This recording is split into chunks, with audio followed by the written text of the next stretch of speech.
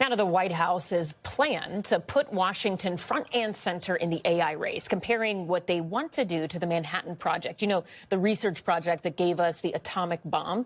It's called the Genesis mission, a government-wide push to fast-track AI breakthroughs in energy, science, and defense, with the Department of Energy at the center of it all.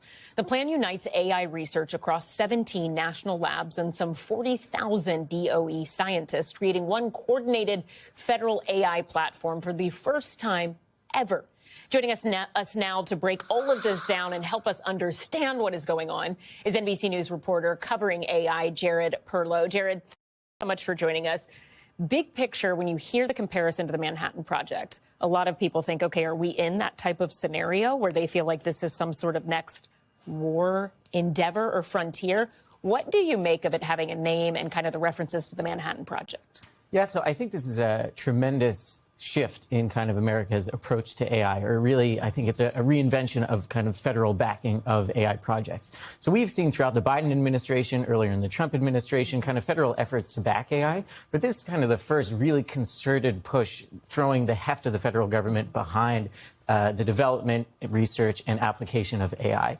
So as a colleague said to me, you know, if it really was the Manhattan Project, we probably wouldn't be talking about it because that remained secret for quite some time. But I think, you know, I don't know if it's similar to the Apollo program to, you know, reach the moon, maybe something like President Biden's cancer moonshot. But I think it is a really substantial, you know, declaration by the Trump administration that we're going to focus on using AI to search for scientific discoveries and basically change the way that scientific research is actually conducted in America. So what does this mean for Silicon Valley? I mean, should we consider this a formal power shift from there to D.C. when it comes to the AI space?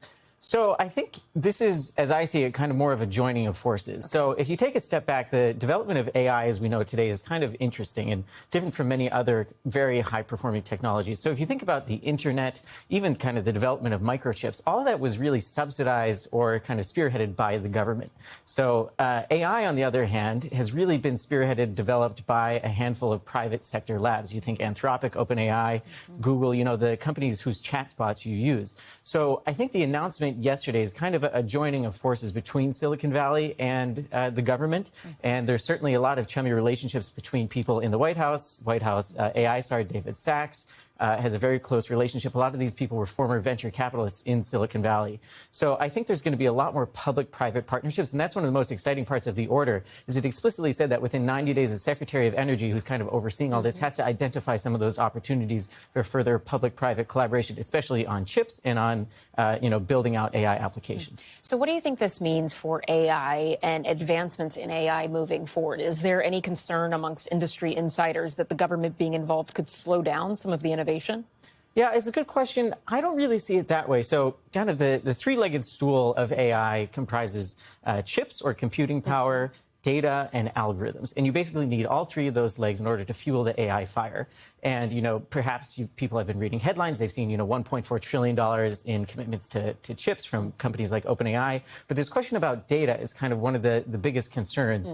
And by basically signaling in the order yesterday that the federal government is going to open its repositories of data, you know, everything from deep sea exploration to health data to economic data, I don't know, even wind data, you know, from organizations like NOAA, you know, basically making the federal government's vast data troves and mines of these previously untapped data resources could really kind of transform how scientists within the government and then, you know, in private sector collaborators really kind of approach AI, and maybe it will, you know, turbocharge the speed of AI development. How soon do we expect to see all of this actually happening and play out? Yeah, so it being kind of more of a landscape sort of executive order, the first actions, I think, are within 30 days. But within 270 days, the order asks the Department of Energy and people within the White House to figure out how AI can actually be applied to critical national challenges like robotics, like biotechnology, and, you know, even nuclear fission. So I would say probably within a year's time, we'll see, hopefully, some movement on this. Fascinating stuff. NBC's Jared Perlo, thank you so much. We appreciate it. Thank you. We thank you for watching, and remember, stay updated on breaking news and top stories on the NBC News app or watch live on our YouTube channel.